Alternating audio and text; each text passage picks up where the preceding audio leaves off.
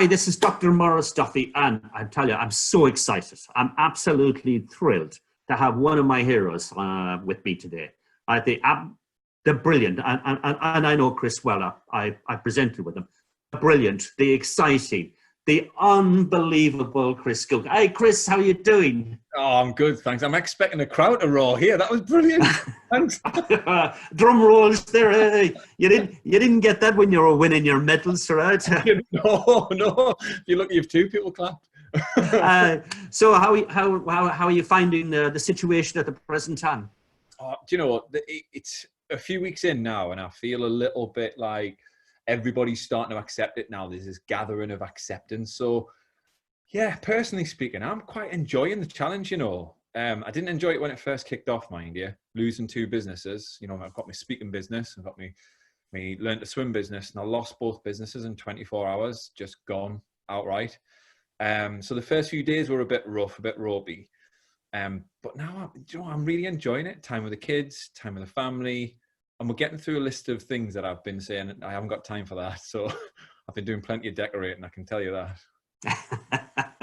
So just, you know, for the benefit of those who may not know you, and you know, you're a huge star to me, right? So, you know, but for other people, you may be not quite the huge star. Yeah. So kind of tell us a little bit about yourself, you know, so where you come from. I know you're a South Shields lad, you know, across the water from me, wrong side of the river, but there you go. But do tell us a little bit about yourself. Yeah, so I'm from South Shields and now live down in Teesside. I've got two kids and a wife. And I'm in a former life, I suppose, I was an Olympic swimmer. I went to 2 Olympic Games, Athens in 2004, Beijing 2008. Finished, last ever race was the Olympic final. Walked away after that. That was it. Job done. Wanted a gold medal so badly, but we finished 6th in the final with a relay. And I now spend a lot of my time speaking on stages. I go around the country working with individuals, organizations, teams, and I've also got my own learn to swim business, which is called Swim. So right here, right now, you know, looking back over the last 10 years, because I feel like since I've retired from swimming in 2009, I feel like I've kind of climbed a mountain again. So I had to restart my life all over again. That transition was really hard. But I feel really proud now looking back over my shoulder, because I believe you should reflect over your own shoulder, not over somebody else's. I was looking back the other day thinking, I will rebuild it again, but it's just uncertain times. So right here, right now, I'm taking a little bit of time to just reflect and be proud of what I've done. And I'm actually getting really excited for the next chapter whenever it starts. So yeah. And I kind of keep trying to teach people this, that it's, you know, it's not the end of something, it's just the beginning of something new. And it's how you look at that opportunity has a huge impact. But before we leave the swimming, because I know you kind of glossed over it, you know, so there have been some exciting moments in there and some real, you know, so when was the best moment looking back? What was it that kind of, you know, still gives you that buzz? Oh, I've got a couple, you know. I've got obviously Melbourne in 2006 when I won the Commonwealth Games. I became double Commonwealth Champion in the 50 meters breaststroke and the 100 meters breaststroke. And I heard a quote a couple of years ago, well after I'd won those medals, and it went along the lines of a sports person and said, I didn't go and win a gold medal. I just turned up to the country to pick up what I'd kind of worked on. And I thought to myself, do you know what? I felt like that in my life. That was the moment I felt like that. Like I was flying out to Melbourne to go and pick up something that I'd already done the hard work for. I just needed to do the final hurdle, which touched the wall fastest. So there was that moment. And then there was obviously the last race, the Olympic final, 2 lanes away from Michael Phelps winning his 8th gold medal, making history, global history. And I remember coming out of the race, going into the swim down, cooling down, and thinking, I'm only a little lad from South Shields. I'm only this little guy who embarked on this dream in this crummy old pool in Derby Terrace swimming pool in South Shields. I started it there and then. How did it end here? How did it finish here? And I feel immensely proud of those 2 moments. One of them was a hidden one. The other one ended on a podium. And that journey, you know, must have been difficult because, you know, I know South Shields. I've had the pleasure of running into it now 16 times from the Great North Run. But yeah, and somebody's just asked me to do another one. I've always wanted to do 21. I don't know why I've had this figure in my head. I want to do 21 Great North Runs. So I've done 16, only 5 to go. So hopefully I'll get around to doing that. But, you know, South Shields is not where you would call the center of the swimming world, right? It's kind of not where people think, yeah, hey, I want to be a swimmer, I'll go to South Shields. You know, so how did the young lad from South Shields end up as, you know, in the Olympic pool and as Commonwealth champion, etc.? It's a good question, that. I think there's a lot to do with how you are brought up, who you meet, key characters in your life. You know, I think about the coaches that I've had along the way. I've always had kind of people who've been super honest, straight down the line honest. And that for me was always received as love. That for me was pure love, was they'll respect me and love me enough to tell me the truth because they want me to get better. And I remember a quote years ago that was said to us, don't wish it was easier, wish you were better. And that's the one that I used to live by, even by around the age of sort of 10 and 11. I was wishing I was better. I was turning up to sessions wishing I was better. But you're absolutely right. You know, inspiration is everywhere if you choose to look through the right lens. So for me, big key characters in my life were people like my granddad, who was a bit of a no-nonsense guy. You know, he would say things that would just get you intrigued. He wouldn't necessarily give you advice. He would just ask you questions which sent you on a different route. So yeah, I see opportunities everywhere. In fact, that's my biggest challenge. Whenever I'm driving around, I'm thinking of new ideas, and I've got to be careful not to follow the shiny new toy route. That's me. I don't know if you can resonate with that. Oh, I can. Yeah, it's kind of a product of a creative mind, right? It's just, you know, I want to do everything. All right? I want to do that. I want to do, you know, that's kind of, you know, it's one of the problems I face as well. You know, I want to be on stage. I want to be an actor. I want to kind of do, I want to set up this. I want to set up that, you know, just too many things. But yeah, and focus is a key part of, you know, who you need to be as an individual, and the goal is important, that you have that goal, and that you know, no matter what it takes or what routes it takes, that you keep driving to it. And I know that, you know, one of your great lines, because, you know, I've borrowed it and stolen it and use it all the time, is the power of yet. Right. And it's kind of one of, you know, kind of, you want to kind of fill in or put the backdrop to why we use that word. Yeah, it's a powerful word. You know, I spent a long time after swimming going around schools. I wanted to get the message out to many little Chris's, to as many people who didn't believe in themselves enough, but just needed evidence. Because I'm a massive believer that the brain needs evidence. To build confidence, we need evidence.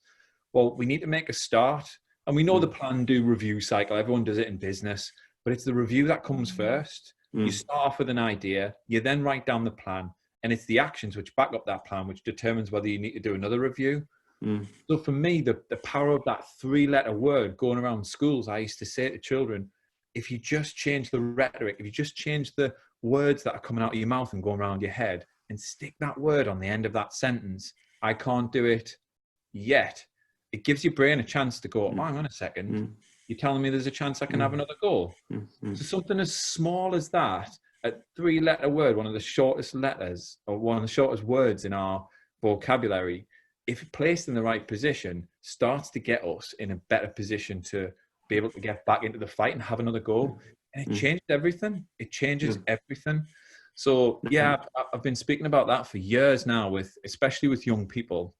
And now I'm working in businesses. I've not really changed the message. I've just tweaked it to fit the audience, but it still has the same impact. Exactly. And it's fascinating, because I just did a podcast on you know, kids mindsets, and one of the stories I told was Roger Bannister's, which I still think is one of the best stories of all time, right? You know, where prior to 1954 they thought people would blow up if they ran under 4 minutes, right? And medical science was saying that it was a physical impossibility. But people think about what he achieved.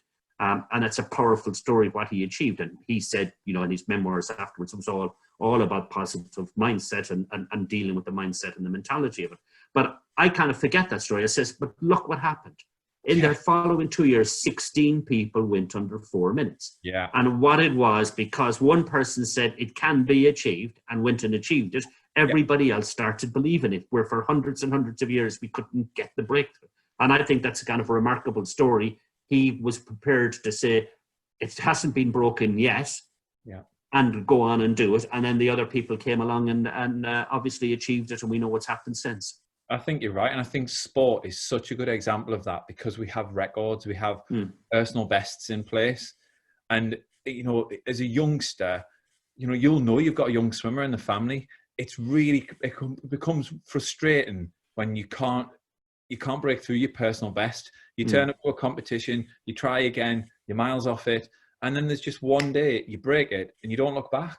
And it's that barrier, that kind of breaking barriers mindset that I think sport lends itself to. And that's where there's a lot of kind of business sport synergy. You know, I do a lot of talks, obviously shared the stage with yourself. I've been lucky enough to do that a few times. And the message is really simple. When we set ourselves a target and something to work towards, something else happens as a magic. I don't know what it is, and I'm not here to profess to know what it is, but it's definitely there. We've just got to be prepared to tap into it and focus our attention on it, like you said. And I was coaching somebody who's, you know, I won't mention their name, but they're quite anal, and they're very, very logical, and they have a kind of very numeric mind in relation to, you know, what they want to achieve and how they want to achieve it, and a really top class athlete. And she says to me, Maurice, but what's the formula? What's the formula? You know, what is the formula? You know, you're supposed to be a doctor, so give me the formula. And I was thinking, oh, bloody hell. Right? I says, it's P equal to P minus I, right? And she says, oh, all right, good. She says, what does that mean? I'm thinking, oh, I've got to make it up now. And I says, it's performance equal to performance minus interference. Oh, I like it. And the interference is our brain, our environment, our thoughts, our records, all of that noise that gets in the way. And what you've just described there is you know, I absolutely support it, because I see it in other people, is that unbelievable belief, is that passion to go for the goal, the belief. But, you know, we know that the best moment, what you just described, when you break your personal best, is when you're in the zone, when you're just relaxed and, you know, all the noise is gone, and somehow, you know, I wish I ever experienced it, but, you know, top athletes kind of tell me it's almost like you're just outside of reality. Absolutely. You feel like you're being carried. That's the best way I can describe it. And I remember a coach, my coach at the time, Ian Oliver, great guy. He coached me at Newcastle for about 10 years when I was up there. And he said, just before I was about to leave to go to a competition, because you can't always take your coach to every competition. Sometimes you're with a resident coach or a coach on the GB team, and you just have to go through the 2 or 3 week cycle into the games or whatever you're doing with a different coach. And he, just before I left, he said, you know, you've done the work so much so that when that gun goes off, when that buzzer goes off and it's time, showtime, your body will know what to do. And that's what you train to do. That's what you do. It's repetition, so that it becomes such a subconscious action. But you're absolutely right. If that feeling of being carried through it is just, it's fleeting and it's phenomenal. It's a bit addictive, if I'm honest with you. It's a bit addictive. And you've got to be careful not to kind of go over the past too much, because you don't experience it in the present. But yeah, it's a phenomenal experience, and one I feel really grateful for having several times throughout my own career. Yeah. You know, good. I could talk to you forever, and yeah, we have had the opportunity of having conversations before. But, you know, so what are you doing during the day? How are you filling your time right now? Well, I'm a massive fan of routine. I think the body craves it, the mind craves it, your soul craves it. So we have got a good routine going. I get up, believe it or not, I get up about 4:30, 5 o'clock, get some yoga done. I'm a huge fan of yoga. Totally and utterly saved my career and transformed everything. So I've kept it going. Probably done it for about 16 years. I'm useless at it, mind you, but I love it. I then go and fling myself around the drive at the moment, where I would normally go to the gym. So I'm chucking stuff around the drive. I must look like a right nutcase for the neighbours. And then I go and take the dog for a nice walk. And I'm not kidding. One of my favourite things about lockdown, I don't know if you've done it, but listening to the birds. They are in chorus. It is just beautiful. It's a little bit intimidating. I was walking through the park on my own this morning at about 10 to 6. And the noise was just amazing. Nature it's nature's turn, isn't it? Yeah, it is. Absolutely. Absolutely. So once I've done that, I get back home, that's my kind of contemplation time, a little bit of kind of me time, get back home, get some breakfast, and then it's getting the kids through a PE routine. They're like a bit of daddy being a PE teacher. So get the kids doing some PE, and then bit of homeschooling, bit of work. And I've been doing, what's really interesting, Maurice, I've had to redefine the word stage, because now my stage, I can't grab an audience, a physical audience. We're not allowed to. So there's no reason why I can't do it virtually. And I was resisting it in the first week. I thought, no, we'll be through this in a week or two. Boy, was I wrong. And it got into that third week, and I thought, right, I've got to get doing something here. I've got to redefine the word stage, and got out there, and I've been inundated. I've been doing teams, I've been doing workshops, I've been doing podcasts, which has just been fab. I've connected with people that I haven't connected with in such a long time. So just by having that early start, that early routine, I feel it's critical. Going to bed nice and a decent time, not just watching Netflix after Netflix movie. You know, it's so easy to do. It's so easy to just go for that. But I've tried to resist that and just save it for like the weekends. But trying to keep everything as normal as possible in the new normal times, because they are new.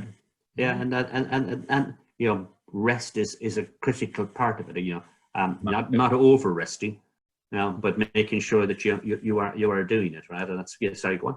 Do you know what? There's a question I always ask my clients now, and it's on the board somewhere back behind us, and it's how are we going to emerge stronger and ready? And the two reasons I use the word stronger, the one reason I use the word stronger is I feel we need to use this as an opportunity to get over this obstacle, to position ourselves. Whatever business you're in, we need to use this time to position ourselves. But the second thing is spot on, is being ready. Because if we'd went back to work 2 weeks ago, I'd have been relieved. I'd have been, thank God my financial problems have all been solved. Everything's been solved. But would I have been ready? I'd have been frazzled. I'd have been frazzled because I was emotional. I was just all up and down. Whereas now I feel as though if we were to come back tomorrow, I'd be excited to get going. I'd be ready. So that stronger and ready is really, really important, that we get enough rest and enough recuperation and use this time, and don't let it use you. I think that's the important point. And yeah, as I say to many people, you know, you only pass this way once, and that which is replaceable, which is money, you know, we give huge amount of focus to, and that which is irreplaceable, which is time, we just waste it, right? You know, and the sleeping routine to me is important in the sense of, you know, don't get into a mindset of thinking I don't have to get up or I don't have anything to do. You know, I keep talking to people about smiling at the day, and the first part of the smiling is how you structure your day, and the M is meaning, etc.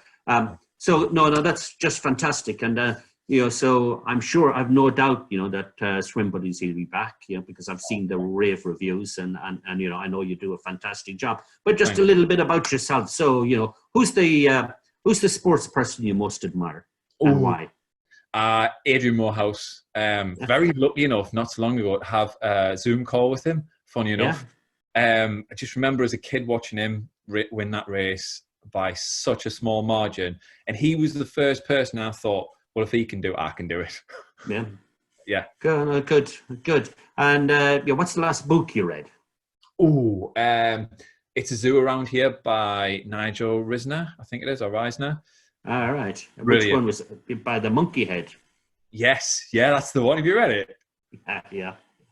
I talk about the two monkey. Well, I have two characters because, you know, the good story. I was in the south of France, and Ethan was 7 at the time, and I was running, and he was on the bike, and he was telling me, you know, we were going up. I don't know if you've ever been in Antibes. It's quite high, and he was telling me it was really difficult. And I was saying, you know, you've got voices in your head, you know, that they're talking to you, you know, that there's a system 1 and there's a system 2. And he was kind of looking at me blankly, and I was kind of created 2 characters, which are Scarab and Phoenix, right? In order for him to understand one, which is to protect you and kind of holds you back, and the other one, which is the real self, which wants to be out there. So which voice are you listening to? I was a bit worried that he'd go back to school and say, I'm listening to the voices in my head, and the problem that would create. But yes, I am. And so what music do you listen to?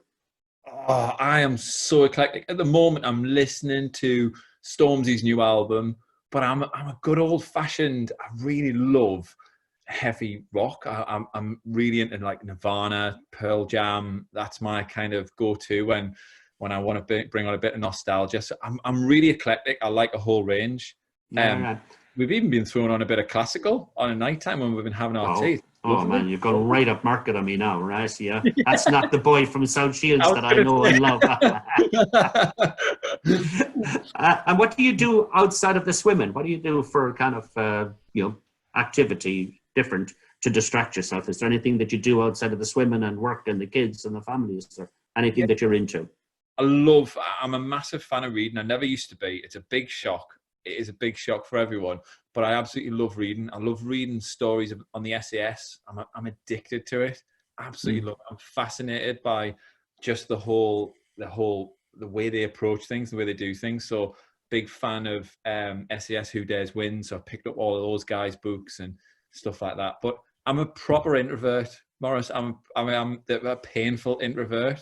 So I quite like time by myself. So in a day, I have to find a bit of time just to unplug, switch off. Well, there's a great SAS guy in the Northeast. I can't give his name out, obviously, but there's a great SAS guy in the Northeast, and I see him absolutely fantastic. I'll have to introduce you to him, but I see him regularly, right? So I saw him. I live in Tynemouth. So he kind of popped by and he just came to say hello, right? And I says, "What are you doing?" He says, "Well, I've just ran 20 miles, right? So I've just kind of run 20 miles." He says, "I'm halfway there." Right? So, and I'm going, "Oh, I'd get me back to my coffee." But he's seriously impressive and some fantastic stories. And I learned so much from the military about leadership, right? Because we think it's command and control, and it's got nothing. He'll say, if I'm in front, I'm the first person to stay here, right? So it's kind of, he's got some incredible stories. But I digress for the podcast. But yes, I think we should catch up on that particular one. Yes, I would love that. Those guys fascinate me absolutely. I remember a guy got on stage who was former SAS, and his opening line, he didn't even introduce himself. He said, "Pressure when you have to boot a door in and hit the target before the target hits you. That's pressure." And I just thought, whoa, all my troubles have all gone now. It was just right in the face. It's funny when you start realizing, when you have had a near-death experience, when you begin to realize what's important to you, right? And I think that, the coming out of the COVID-19, that hopefully we get a greater realization of what is important to us, and how important life is, and how important, that we understand that we've been given a unique gift, which we are, and the talent and the skills that we have, and that there's hopefully a reason for us to be here, and we should live to that reason. But I don't want to go too spiritual at the end of our podcast. I'd agree. I think, obviously, I'm from the sports world, so a lot of people I connect with are PE teachers or involved in sport as coaching, and we are big advocates of moving, get moving. Even as a young person, get moving. It's the kind of essence of life. And what's really interesting is the one key message coming out from, is it the CMO who does it every 5 o'clock on Chief Medical Officer, is get moving, keep moving. Just be sensible about how you do it, obviously around the rules and restrictions, but a huge key part of it is that physical activity. I wonder if coming out the back of this, that could keep kind of fresh in people's minds, that was the one thing that they kind of held on to, was some physical activity, which I think. And if I can add to that, because I would say keep moving your body, your physical presence, but also keep moving your mind. Right, keep looking, to be curious, to be inquisitive, to learn. Use the opportunity now to kind of, read the book that you've never read, listen to the music that you've never done, learn the language that you've always wanted to learn, play a musical instrument that you've always wanted to play. Right, you're in isolation, annoy the neighbors. Right, get that drum set out, or whatever it is. But do take the opportunity to kind of grab something new. It's fantastic talking to you, mate. Absolutely brilliant. And I could go on, and I'm conscious of the time, right? So people who are listening might be thinking, will these two guys ever shut up? or will that guy allow Chris Cook, the hero, to talk rather than over talking to him? So thank you very much for your time. If you had one last message to give people, I'm giving you time to think about it now. If you had one last message to give people before we finish up, what would it be? It would be my ultimate message is about lessons and blessings. If this is truly a lesson, how can you turn it into a blessing? That's our task. Wow. Chris Cook, my hero. Thank you for giving my time. Absolutely. I won't say enjoy the rest of the isolation, but remember, it's not the end of anything. It's the beginning of something new. So I have no doubt about that. Thank you for your time. Well, thank you so much. Really appreciate that, Maurice. All right.